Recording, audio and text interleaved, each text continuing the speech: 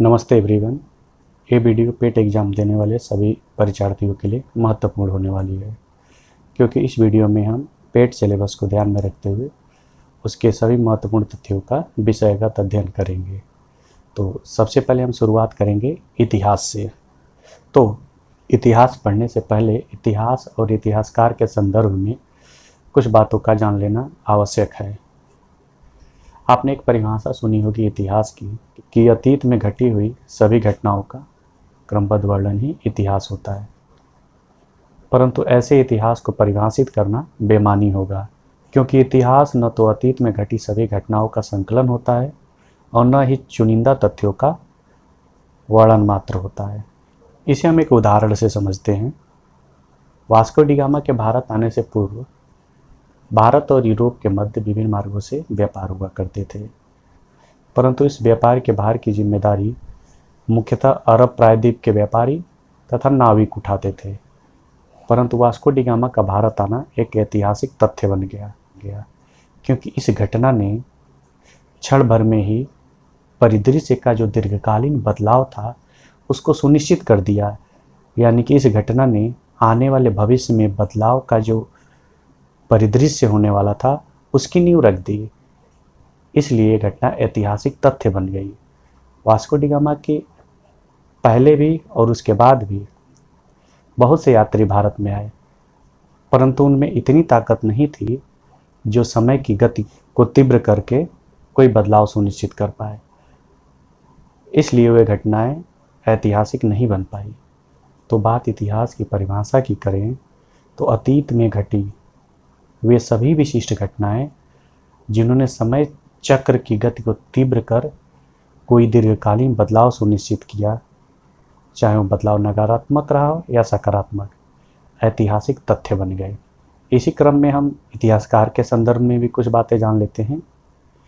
इतिहासकार अपने पाले में आए तथ्यों को एक खबर की तरह प्रस्तुत कर अपने कार्यों से मुक्त नहीं हो जाते, बल्कि उन्हें अतीत और वर्तमान के मध्य एक संवाद के रूप में उसकी व्याख्या करते हैं। इस प्रकार इतिहासकार कोई अनिवार्य रूप से निष्कर्ष न देते हुए वे उन तथ्यों पे ज़्यादा जोर देते हैं जो अतीत में हुए बदलाव और उन बदलावों को संभव बनाने वाले कारकों को परिभाषित कर सके या उनकी व्याख्या कर सके।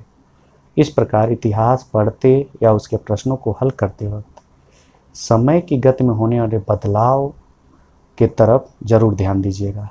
तो इन्हीं चंद बातों के साथ हम सिलेबस की तरफ चलते हैं।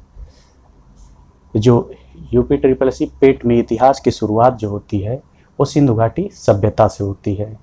सिंधु घाटी सभ्यता के कालक्रम को देखें तो 2500 ईसा पूर्व से लेकर 1750 ईसा पूर्व के बीच का माना जाता है। तो सिंधु घाटी सभ्यता, तो हम जान लेते हैं कि जो सिंधु घाटी सभ्यता है इसे हम सिंधु घाटी सभ्यता क्यों कहते हैं। हम थोड़ा और अतीत में चलेंगे, जब मानव जंगलों में रहा करते थे और अपना जीवन पूरी तरह प्रकृति के सहारे जिया करते थे। जब मानव खाद्य संग्रह करने की तकनीक सीख ली और साथ साथ में खेती करना सीखने लगा तो उसका जीवन अस्थायी रूप धारण करने लगा। लेकिन उन्होंने अपने जीवन को अस्थायी बनाने के लिए उन जगहों का चुनाव किया जहाँ पे जल के पर्याप्त स्रोत हुआ करते थे। तो नदियों से बेहतर जल का स्रोत और क्या हो सकता है, इसलिए ने अपनी बस्तियों को नदियों के किनारे बसाना शुरू कर दिया। और जो बस्तियाँ अपनी बुद्धिमत्ता और कौशल का प्रयोग करके आगे निकल गई, विकसित हो गई, वे सभी बस्तियाँ एक सभ्यता का रूप ले ली। विश्व की जो प्रमुख सभ्यताएं थी वे सब नदियों के किनारे ही विकसित हुई, चाहे वो मेसोपोटामिया की सभ्यता हो, चाहे मिस्र यानी नील नदी की सभ्यता हो, या फिर सिंधु घाटी सभ्यता। भारतीय उपमहाद्वीप में जो सभ्यता पाई गई उस सभ्यता के अवशेषों की जो सघनता है वो सिंधु और उसकी सहायक नदियों के इर्द गिर्द ज़्यादा मिलती है। इसीलिए हम इस सभ्यता को सिंधु घाटी सभ्यता के नाम से जानते हैं। इसको हम एक और नाम से जानते हैं, हड़प्पा सभ्यता, क्योंकि इस सभ्यता का जो प्रथम अवशेष था वो हड़प्पा नामक स्थान पे मिला, इसलिए हम इसे हड़प्पा सभ्यता के भी नाम से जानते हैं। तो इनके नाम आपको स्पष्ट हो गए। तो हम इस सिंधु घाटी सभ्यता की प्रमुख विशेषताओं के बारे में हम अध्ययन करेंगे, जो पेट एग्जाम के दृष्टि से महत्वपूर्ण होगा। हम इसे 4 भागों में बांट के अध्ययन करेंगे, जिससे हमारा नज़रिया स्पष्ट हो जाएगा। पहला सामाजिक जीवन पढ़ेंगे, फिर धार्मिक, फिर आर्थिक, उसके बाद इनकी लिपि और लेखन शैली को हम पढ़ेंगे। तो शुरुआत करते हैं सिंधु घाटी सभ्यता के सामाजिक जीवन से।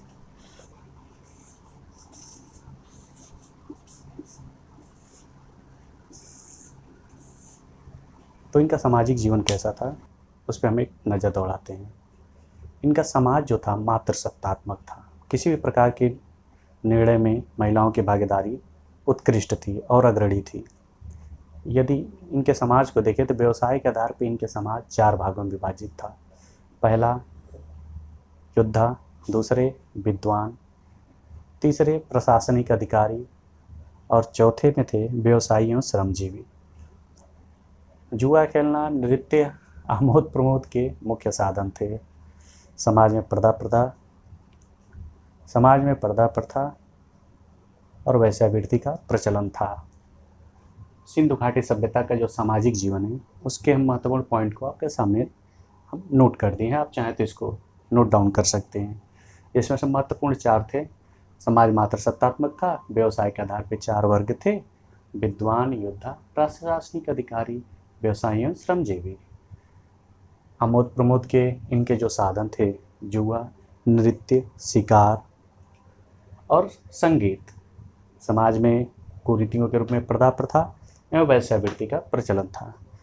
यहाँ हमने सामाजिक स्ट्रक्चर को देख लिया। अब इनके चलते हैं धार्मिक स्ट्रक्चर के बारे में हम बात करते हैं। तो यहाँ पे बोर्ड पे सिंधु घाटी सभ्यता का जो धार्मिक जीवन था, उसके महत्वपूर्ण तथ्यों को यहाँ हमने नोट कर दिया है। आप चाहें तो इसे नोट डाउन भी कर सकते हैं। ये मातृ देवी के उपासक थे। पशुपति, महादेव, लिंग, योनि, वृक्ष और पशु की पूजा करते थे। कुबड़ वाला सांड भी विशेष पूजनीय था और संभवतः स्वास्तिक चिन्ह यहीं पे सर्वप्रथम प्रयोग में लाया गया था। इसके बाद हम इनके आर्थिक जीवन पे एक बार नज़र दौड़ाते हैं कि इनका आर्थिक जीवन कैसा था। आर्थिक जीवन की बात करें तो इनका आर्थिक जीवन पूरी तरह कृषि पर आधारित था। इनका प्रमुख व्यवसाय कृषि था। गेहूं, कपास, जौ, चावल, फल जैसे तरबूज, इनका उत्पादन पर्याप्त मात्रा में कर लेते थे। कांसा धातु का उपयोग करते थे, जिनका निर्माण यह तांबा और टीन को मिला के करते थे। तो इनके आर्थिक जीवन के सिर्फ यही 2 तथ्य हैं जिनको आप याद रखिएगा एग्जाम के दृष्टिकोण से। इनके आर्थिक जीवन को हमने नोट डाउन कर दिया है। आप चाहें तो इसे नोट कर सकते हैं। जैसे प्रमुख व्यवसाय में इनका कृषि था। प्रमुख फसलें गेहूं, जौ, चावल, कपास और फल में खरबूज एवं तरबूज की खेती करते थे। कांसे धातु का इनका भी प्रयोग बहुत ज़्यादा करते थे और उसका निर्माण तांबा और टीन मिला के कांसा बनाते थे। एक चीज़ और इस पर ध्यान दीजिएगा, इनका व्यापार जो था मिस्र तक था, क्योंकि मिस्र में कई सारे ऐसे मुहरें पाई गई हैं जो प्रमाणित करती हैं कि ये सिंधु घाटी सभ्यता की हैं, जिसकी वजह से इतिहासकार मानते हैं कि इनका व्यापार जो था मिस्र तक था।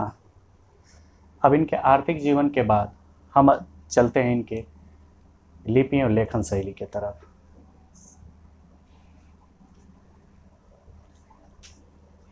सिंधु घाटी सभ्यता की जो लेखन शैली थी, उन्हें हम भावचित्रात्मक मानते हैं और ये भाषा अभी तक पढ़ी नहीं गई है। परंतु इतना पता है कि इनके जो लिखने का क्रम था, पहले दाएं से बाएं होता था, फिर बाएं से दाएं होता था, जिसे हम बाउस्ट्रोफीडन।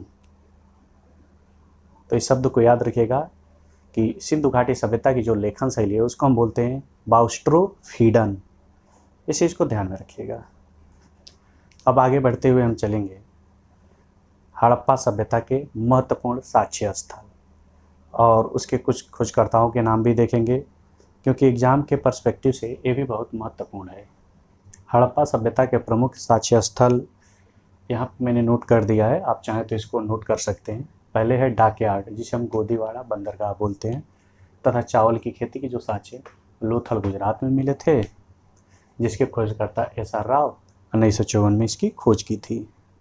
दूसरे पे हम देख लेते हैं कांसे की नर्तकी, विशाल स्नानागार, आर्यों के आक्रमण, पशुपति की प्रतिमा, कांसे का पैमाना, इन सब के जो साक्ष्य मिले हैं ये मिले हैं मोहनजोदड़ो से, जो इस समय पाकिस्तान में है, सिंध जिले में। खोजकर्ता राखालदास बनर्जी 1922 ईस्वी। मातृ देवी की प्रतिमा जो है हड़प्पा। खोजकर्ता Rai Bahadur Dayaram Sahni. Date of time 1921। काली मिट्टी की चूड़ियाँ जूते हुए खेत के साक्ष्य की जो है कालीबंगा मिलते हैं। यहाँ से आप याद रखिएगा, काली मिट्टी की चूड़ियाँ और कालीबंगा। काली तो यानी कि काली मिट्टी की चूड़ियों के साक्ष्य कालीबंगा मिले हुए। गेहूं की खेती ये रंगपुर में मिले हैं। अब देखिए, गेहूं की फसल जो होती है लगभग होली के ही आसपास होती है, तो रंग होली में खेला जाता है, तो गेहूं की खेती जो है रंगपुर में हो गया। जौ की खेती बनावली, और घोड़े के कंकाल सुरकोटड़ा, घोड़ा कोटड़ा, इससे याद रखिएगा, कोटड़ा है सुरकोटड़ा घोड़ा। जौ की खेती बनावली। जौ एक तरह से आज के समय में देखें तो जंगली पौधे के रूप में हो गया है, इसकी खेती बहुत कम स्तर पे की जाती है, तो इससे हम एक अंदाज़ा लगा सकते हैं कि जौ की खेती बनावली के रूप में। तो इसको आप यहाँ से नोट कर सकते हैं जो महत्वपूर्ण है। हाँ, एक और पॉइंट आप नोट कर लीजिएगा कि सिंधु घाटी सभ्यता के कुछ साक्ष्य जो उत्तर प्रदेश में पाए जाते हैं, वो जगह है मेरठ में आलमगीरपुर। इसको याद रखिएगा उत्तर प्रदेश के पर्सपेक्टिव से।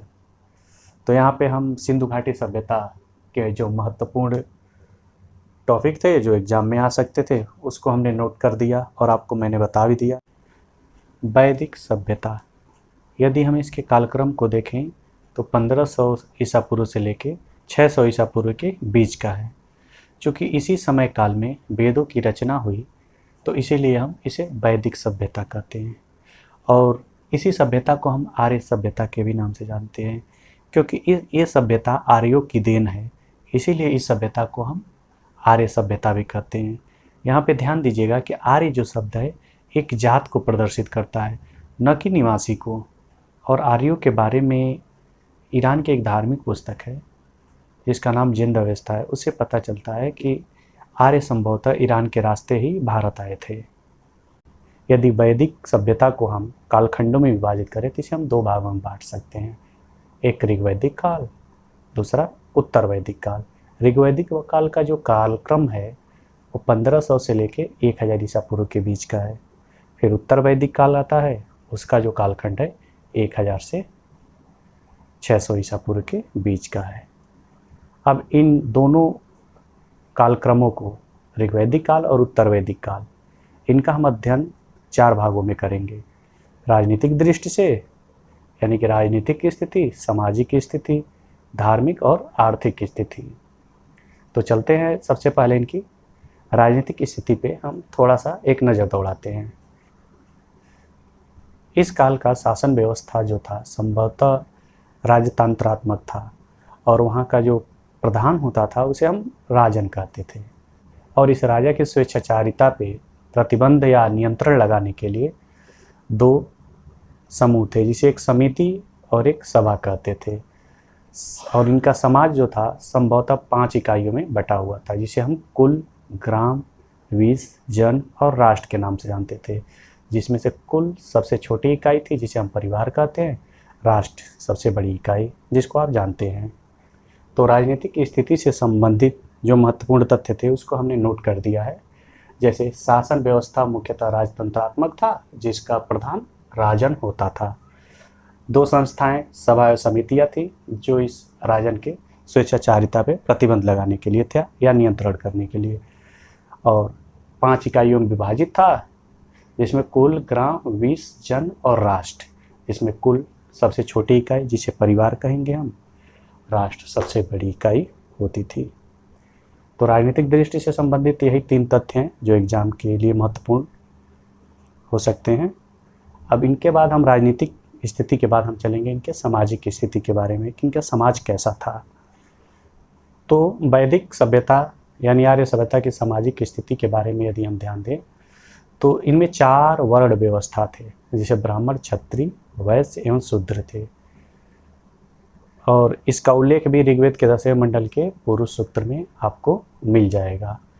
यहाँ मैंने सामाजिक स्थिति को यहाँ पे नोट कर लिया है। समाज 4 वर्ण में विभाजित था, ब्राह्मण, क्षत्रिय, वैश्य एवं शूद्र। ये ध्यान दीजिएगा, हम लोग जो पढ़ रहे हैं अभी, इससे पहले जो हमने राजनीतिक स्थिति पढ़ा और ये सामाजिक स्थिति, ये ऋग्वैदिक काल से संबंधित है, जो 1500 से लेके 1000 ईसा पूर्व तक। इसके बाद से आएगा उत्तर वैदिक काल, जिसका कालक्रम होगा 1000 से लेके 600 ईसा पूर्व के बारे में। तो उसकी भी हम पढ़ेंगे, सामाजिक, धार्मिक, राजनीतिक और आर्थिक स्थिति। लेकिन पहले हम इसको ख़त्म कर लेते हैं, सामाजिक स्थिति। अब इसके बाद हम आते हैं इसके धार्मिक स्थिति पे, ऋग्वैदिक काल के। यदि ऋग्वैदिक काल के धार्मिक स्थिति पे यदि हम नज़र दौड़ाते हैं तो हम देखते हैं कि इनके जो प्रमुख देवता थे उसमें इंद्र थे, अग्नि, अरुण, सूर्य, ऋतु, यम, रुद्र, अश्विन आदि देवता थे। और इनमें कुछ देवियाँ भी थी, जैसे उषा, अदिति, रात्रि, संध्या। और इन सभी देवी देवताओं में सर्वोच्च स्थान इंद्र को प्राप्त था, दूसरे स्थान पे अग्नि को। और ऋग्वेद के अनुसार वैदिक काल की सबसे पवित्र नदी सरस्वती नदी मानी जाती थी। ऋग्वैदिक काल की जो धार्मिक स्थिति है उसका हमने यहाँ वर्णन किया है, जैसे अग्नि, इंद्र, वरुण, सूर्य, वशिष्ठ, ऋतु, यम, रुद्र और अश्विनी आदि प्रमुख देवता थे। और उस काल में देवियाँ थीं जिनकी पूजा होती थी, उसमें उषा, अदिति, रात्रि, संध्या आदि प्रमुख देवियाँ थीं। इंद्र सर्वोच्च स्थान धारण करते थे देवताओं में, और अग्नि को दूसरे स्थान पर रखा जाता था। सरस्वती सबसे पवित्र नदी थी। ऋग्वैदिक काल में अगर नदियों की बात करें तो सरस्वती सबसे पवित्र नदी मानी जाती थी। अब धार्मिक स्थिति के बाद से हम इनके आर्थिक स्थिति की तरफ भी एक नज़र दौड़ा लेते हैं कि इनकी आर्थिक स्थिति कैसी थी। तो इनकी आर्थिक स्थिति से सिर्फ 2 पॉइंट आपको जान लेना आवश्यक होगा कि इनका जो प्रमुख व्यवसाय था वो पहले पशुपालन एवं कृषि था, और व्यापार ये वस्तु विनिमय के माध्यम से करते थे। तो आर्थिक स्थिति, सामाजिक स्थिति, धार्मिक स्थिति और राजनीतिक स्थिति, इन 4 आयामों में हमने ऋग्वैदिक काल के बारे में बात कर लिया। तो ऋग्वैदिक काल से महत्वपूर्ण जो तथ्य हो सकते थे उसको मैंने नोट भी कर दिया और आपको समझा भी दिया। अब हम चलते हैं उत्तर वैदिक काल, जो ठीक इसके बाद का कालखंड है, यानी कि 1000 से लेके 600 ईसा पूर्व के बीच का कालखंड।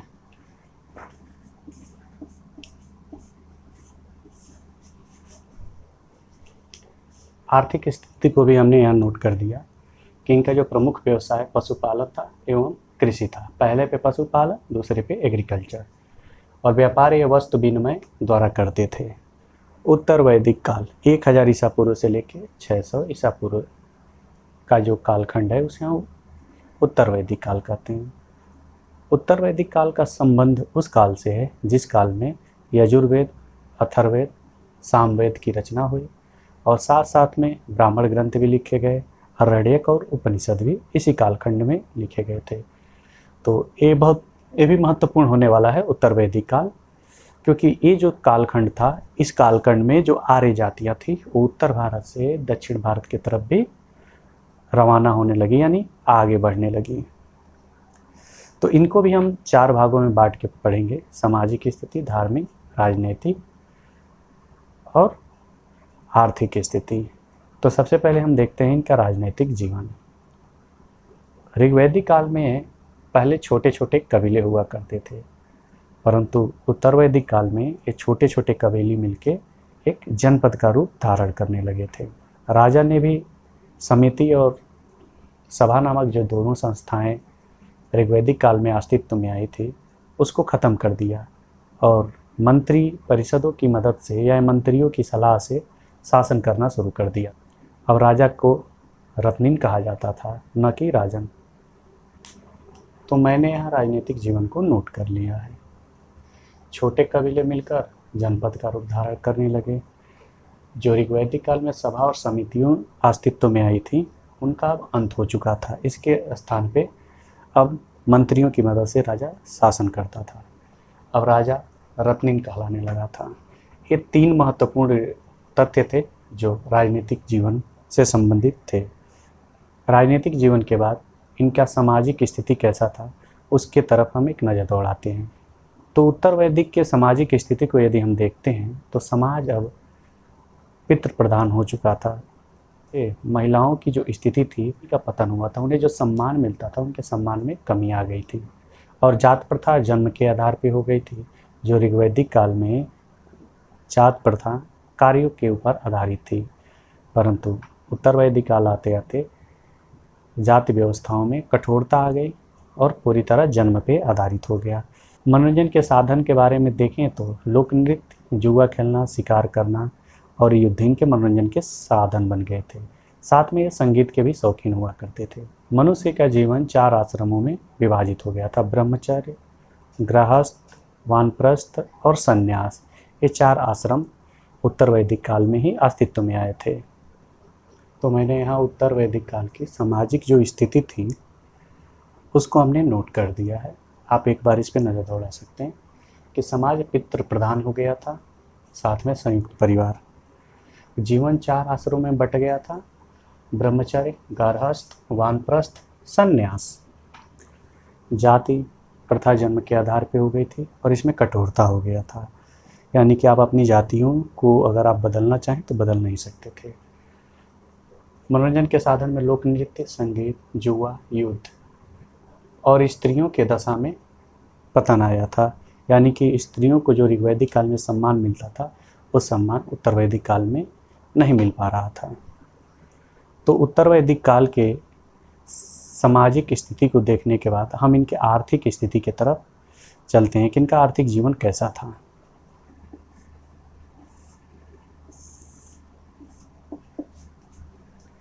तो इनका आर्थिक जीवन पशुपालन की अपेक्षा अब कृषि के ऊपर आधारित हो गया था। इस काल में मिट्टी के एक विशेष प्रकार के बर्तन बनाए जाते थे जिसे हम चित्रित धूसर मृदभांड बोलते थे। इंग्लिश में अगर हम बात करें तो इसको हम बोलते थे painted grey ware. Short form में इसे PWG के नाम से हम जानते हैं। ये सभ्यता न तो पूरी तरह ग्रामीण थी और न ही पूरी तरह शहरी थी। इस काल में उद्योगों में विशिष्टीकरण हुआ जिसके वजह से बहुत सारे नए व्यवसाय शुरू हो गए थे। तो इनके आर्थिक जीवन के 2 महत्वपूर्ण तथ्य जो एग्जाम के दृष्टिकोण से महत्वपूर्ण हो सकते हैं कि इनके आर्थिक जीवन जो पहले पशुपालन हुआ करता था ऋग्वैदिक काल में, अब एक कृषि प्रमुख हो गया था। विशेष प्रकार के बर्तन बनाते थे, मिट्टी के बर्तन होते थे जिसे चित्रित धूसर मृदभांड बोला जाता था, इंग्लिश में पेंटेड ग्रे वेयर। तो ये 2 महत्वपूर्ण तथ्य थे इनके आर्थिक जीवन से। अब इनके धार्मिक जीवन की तरफ हम आगे बढ़ते हैं और देखते हैं कि इनका धार्मिक जीवन कैसा था।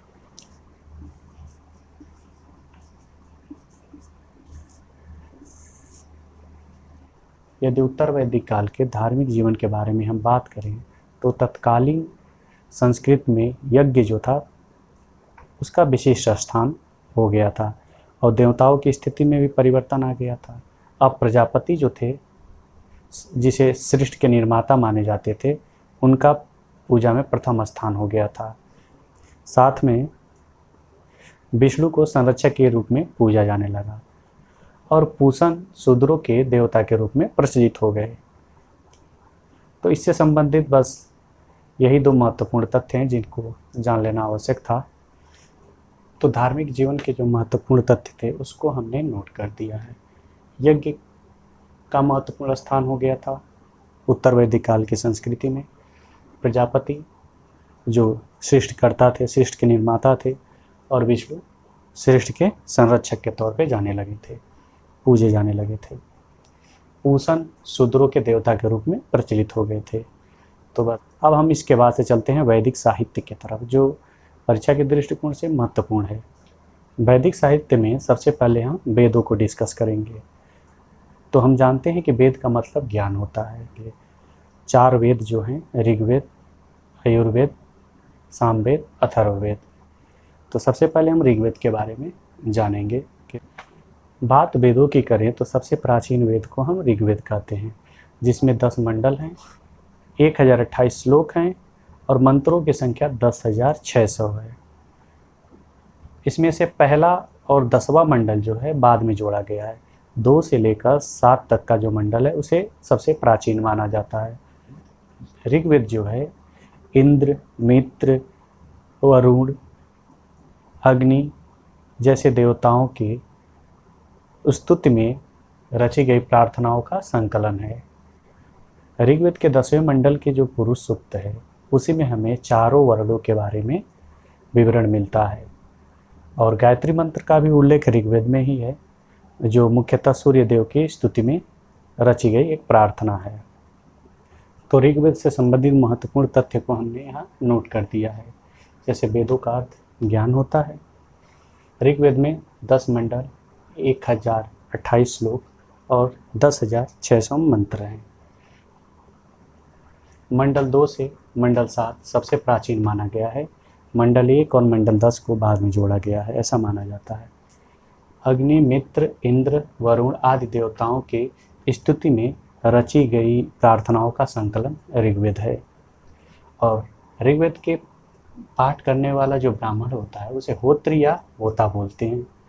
और ऋग्वेद के ही 10वें मंडल के पुरुष सूक्त में 4 वर्ण का उल्लेख है। जो 4 वर्ण आप सुनते हैं ना, ब्राह्मण, क्षत्रिय, वैश्य और शूद्र, उन सब का उल्लेख ऋग्वेद के पुरुष सूक्त में है। लेकिन ये ध्यान देने की बात है कि यहाँ पे जो 4 वर्ण बताए गए हैं वो कर्म के आधारित पे थे।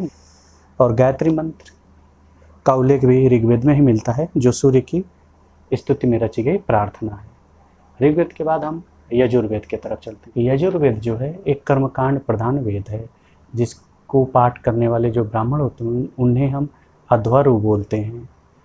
यजुर्वेद जो है 2 भागों में विभाजित है, एक कृष्ण पक्ष, एक शुक्ल पक्ष।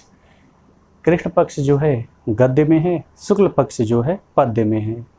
मात्र एक यही ऐसा वेद है जो गद्य और पद्य दोनों में इसकी रचना की गई है। यजुर्वेद से संबंधित ये 3 तथ्य महत्वपूर्ण हैं कि यह एक कर्मकांड प्रधान ग्रंथ है। इसको पाठ करने वाला जो ब्राह्मण होता है उसे हम अध्वर्यु बोलते हैं। ये जो है कृष्ण पक्ष और शुक्ल पक्ष 2 भागों में विभाजित है, जिसमें से जो शुक्ल पक्ष है ये पद्य में है और कृष्ण पक्ष जो है गद्य में है। और मात्र एक यही वेद है जो गद्य और पद्य दोनों में इसकी रचना की गई है।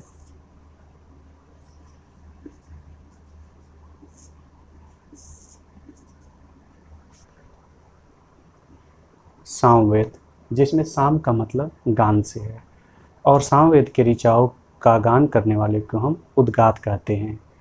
इसमें कुल ऋचाओं की संख्या 1549 है, 1549। सामवेद को ही हम भारतीय संगीत का जनक मानते हैं। सामवेद से संबंधित जो प्रमुख तथ्य हैं वहाँ यहाँ बोर्ड पे मैंने नोट किया है, आप इसको चाहें तो नोट कर सकते हैं। साम का अर्थ होता है गान से। इसको पाठ करने वाले जो ब्राह्मण होते हैं उन्हें हम बोलते हैं उद्गात। सामवेद में 1549 ऋचाएँ हैं और इसे भारतीय संगीत का जनक भी माना जाता है। अब सामवेद के बाद हम चलते हैं अथर्ववेद की तरफ। अथर्ववेद, अथर्ववेद की रचना अथर्वा ऋषि ने की थी, जिसमें अथर्व का मतलब होता है पवित्र जादू। अथर्ववेद से संबंधित महत्वपूर्ण बिंदु यहाँ पे हैं, जिसकी रचना अथर्वा ऋषि ने किया था। अथर्व शब्द का तात्पर्य पवित्र जादू से है। इसमें रोग निवारक, राजभक्ति, विवाह, प्रणय गीत, अंधविश्वासों का भी वर्णन मिलता है। तो हमने चारों वेदों को देख लिया और उसके महत्वपूर्ण तथ्यों को भी हमने समझ लिया, परंतु चारों वेदों के 4 उपवेद भी हैं और उनके रचनाकार भी हैं। जो हमारे वेद हैं उससे संबंधित कुछ ऋषियों के नाम भी उल्लेखित होते हैं और उससे प्रश्न भी आ सकते हैं, तो उस पर भी हम एक नज़र दौड़ा लेते हैं। तो यहाँ पे हमने वैदिक साहित्य में जो वेद हैं उनसे जुड़े कुछ वेद भी हैं तथा उनके रचनाकार भी हैं, और प्रत्येक वेद की जो गद्य रचना कहलाती है उसे हम ब्राह्मण बोलते हैं, यानी ब्राह्मण ग्रंथ। और प्रत्येक वेदों से संबंधित कुछ ब्राह्मण भी जुड़े हुए हैं, जिनके नाम भी हमने यहाँ दे दिया है। तो आप इसको ऐसे अलग कर सकते हैं कि ये जो ऋग्वेद थे इसके उपवेद आयुर्वेद है, जिसे हम चिकित्सा शास्त्री बोलते हैं। इसके रचनाकार धन्वंतरी हैं। फिर आता है यजुर्वेद, जिसका उपवेद धनुर्वेद है, जिसे जो युद्ध कला से संबंधित, जिसके रचना विश्वामित्र जी हैं। अब सामवेद, जिसका उपवेद गांधर्व वेद है, कला एवं संगीत से संबंधित है, जिसकी रचना भरत मुनि है। अथर्ववेद, जिसको हम शिल्प वेद भी बोलते हैं, जो भवन निर्माण से संबंधित है, जिसके रचनाकार विश्वकर्मा है। अब वेदों से जुड़े कुछ ब्राह्मण हैं जिनके नाम यहाँ पे हमने लिख दिया है। कौशितकी और ऐतरेय ऋग्वेद से हैं, तैतरीय और शतपथ यजुर्वेद से हैं, पंचवीस और जैमिनी सामवेद से, गोपद अथर्ववेद से। तो एग्जाम के दृष्टिकोण से महत्वपूर्ण था, तो इसको हमने नोट कर दिया है। आप चाहें तो इसे भी आप नोट डाउन कर सकते हैं। वेदों के अध्ययन के बाद अब हम चलते हैं आरण्यक की तरफ। ये जो आरण्यक शब्द है, इसमें आरण्य का मतलब होता है जंगल। यह एक दार्शनिक ग्रंथ है जिसको प्रायः जंगलों में ही लिखा जाता है और जंगल के ही शांत वातावरण में इसका अध्ययन किया जाता है। आरण्यक जो है ज्ञान मार्ग और कर्म मार्ग के बीच में एक सेतु का काम करता है। आरण्यक में आत्मा, परमात्मा, जन्म, मृत्यु, पुनर्जन्म से संबंधित दर्शन का वर्णन है। आरण्यक से संबंधित जो महत्वपूर्ण बिंदु है उसको हमने यहाँ लिख दिया है। आरण्यक में जो आरण्य शब्द है उसका मतलब जंगल होता है। आरण्यक जो है ज्ञान मार्ग और कर्म मार्ग के बीच में एक सेतु का कार्य करता है। यह एक दार्शनिक ग्रंथ है जिसमें आत्मा, परमात्मा, जन्म, मृत्यु, पुनर्जन्म की व्याख्या की गई है। आरण्यक के बाद हम चलते हैं उपनिषद की तरफ। उपनिषद का शाब्दिक अर्थ जो है गुरु के समीप एकांत में बैठकर लिया जाने वाला ज्ञान। उपनिषद भी आत्मा और परमात्मा के संबंध में दार्शनिक चिंतन है, जिनकी संख्या 108 है। चूँकि उपनिषदों को ही हम वेदांत कहते हैं, क्योंकि वेदों की जो सर्वोच्च व्याख्या है वो उपनिषद ही करते हैं। तो उपनिषदों से संबंधित मैंने 2 महत्वपूर्ण बिंदु लिख दिया है कि उपनिषदों की जो संख्या है वो 108 है। वेदों के जो अंतिम उद्देश्य है उसे उपनिषद ही बताते हैं।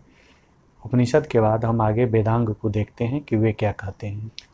वेदांग, वेदों के अर्थों को समझने तथा उसके सूक्तियों का सही उच्चारण करने के लिए वेदांग की रचना की गई। वेदांगों की संख्या 6 बताई गई हैं।